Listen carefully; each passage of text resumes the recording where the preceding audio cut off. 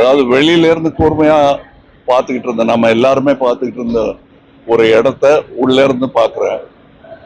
அதுல இருக்கிற கடமை புரியுது, பெருமை புரியுது, இனி ஆற்ற வேண்டிய கடமைகள் என்னங்கிறது புரியுது.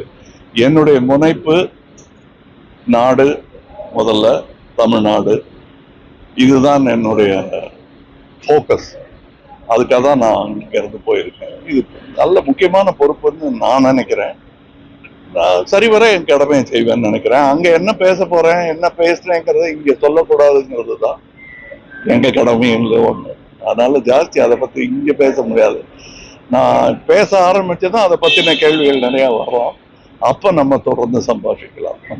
அரசியல் தமிழகத்துல வந்து பாத்தீங்கன்னா தாக்கல் செய்ததுக்கு அப்புறம் ஒரு ஆணவ கொலை நடைபெற்றிருக்கு. தொடர்ந்து வந்து பாத்தீங்கன்னா அதிமுக திமுக ஆட்சியில வந்து ஆணவ கொலைக்கு எதிராக சட்டம் கேட்கணும் எதுவும் சட்டம் கேட்க மாதிரி.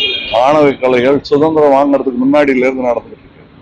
அதுக்கான அடிநாதம் கட்சிகள் மட்டும் இல்ல, நம்மளுடைய சமுதாய அமைப்பு. அதை மாத்திரம் கட்சிகள் வரும் போகும், நாடு நடந்துகிட்டே இருக்கும்.